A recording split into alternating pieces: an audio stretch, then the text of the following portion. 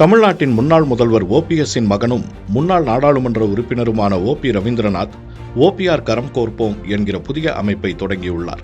அதிமுகவிலிருந்து நீக்கப்பட்ட பிறகு அரசியலிலிருந்து ஒதுங்கியே இருந்த ரவீந்திரநாத் விஜயின் தமிழக வெற்றிக் கழகத்தில் இணையப் போவதாக தகவல்கள் வெளியாகின. ஆனால் தற்போது புதிய அமைப்பை தொடங்கியிருக்கிறார். ஓபி ரவீந்திரநாத் அதிமுகவில் பல முக்கிய பொறுப்புகளை வகித்து வந்தவர். 2019 நாடாளுமன்ற தேர்தலில் தேனி நாடாளுமன்ற தொகுதியில் போட்டியிட்டு வெற்றி பெற்று எம்பி ஆனார்.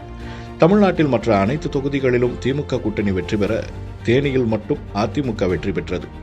ஆனால் அதிமுகவில் ஒற்றை தலைமை விவகாரம் பூதாகரமாக வெடிக்க நீதிமன்றத்துக்கு சென்றார் ஓபிஎஸ். தொடர்ந்து 2022 ஜூலை 11ஆம் தேதி நடந்த பொதுக்குழுவில் கட்சியிலிருந்தும் நீக்கப்பட்டார்.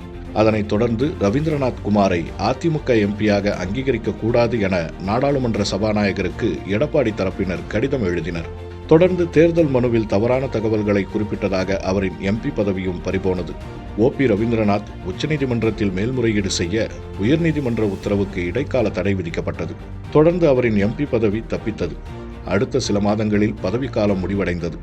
2024 தேர்தலில் அவர் மீண்டும் போட்டியிடவில்லை. அவரின் தந்தை ஓ பன்னீர்செல்வம் ராமநாதபுரத்தில் போட்டியிட்டார். அதிமுகவிலிருந்து விலக்கப்பட்ட பிறகு தனி அணியாக செயல்பட்டார் ஓபிஎஸ். அவருடன் வைத்திலிங்கம், ஜேசிடி பிரபாகர், மனோஜ் பாண்டியன், பெங்களூர் புகழேந்தி, மருது அழகராஜ் உள்ளிட்ட பலர் இணைந்து செயல்பட்டனர். தமிழ்நாடு முழுவதும் நிர்வாகிகளை நியமித்து ஆலோசனை கூட்டங்களையும் நடத்தினர். ஒரு சில கூட்டங்களில் கலந்து கொண்டதை தவிர பெரும்பாலும் ஒதுங்கியே இருந்தார் ரவீந்திரநாத். இது ஒரு புறம் இருக்க, அடிப்படையில் விஜய் ரசிகரான அவர் விஜய் கட்சி ஆரம்பித்தது தொடங்கி அவரின் அனைத்து முன்னெடுப்புகளுக்கும் முதல் ஆளாக வாழ்த்து சொன்னார். ராமநாதபுரத்தில் செய்தியாளர்களை சந்தித்த ரவீந்திரநாத், விஜய் கட்சி தொடங்கியது அவரது அடுத்த கட்ட வளர்ச்சிக்கு வழிவகுக்கிறது.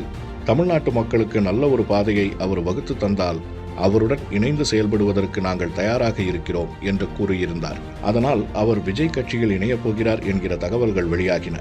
ஆனால் தற்போது ஓபிஆர் கரம் கோர்ப்போம் என்கிற புதிய அமைப்பை தொடங்கியுள்ளார். அவரின் பிறந்த நாளான நேற்று அதற்கான அறிவிப்பை வெளியிட்டார். 5 கரங்கள் கோர்த்த லட்சணையையும் வெளியிட்டிருக்கிறார். அதைத் தொடர்ந்து இரத்த தானத்தை முன்னிறுத்தி உயிர்ச்சாரல், வேலைவாய்ப்பை குறிக்கும் விதமாக உயிர் தொழில், சுற்றுச்சூழல் பாதுகாப்புக்காக நிலச்சாரல், விளையாட்டை மேம்படுத்தும் விதமாக வெற்றி சிறகு என 4 இலக்குகளையும் முன்வைத்திருக்கிறார். அமைப்பில் இணைவதற்கான இணையதளம் எண்களையும் அறிவித்திருக்கிறார். இந்த நிலையில் விஜய் கட்சியில் நேரடியாக இணையாவிட்டாலும் எதிர்காலத்தில் விஜயுடன் கூட்டணி அமைத்து சட்டமன்ற தேர்தலில் போட்டியிடுவதற்கான வாய்ப்புகள் இருக்கின்றன என்கிறார்கள் விவரம் அறிந்தவர்கள்.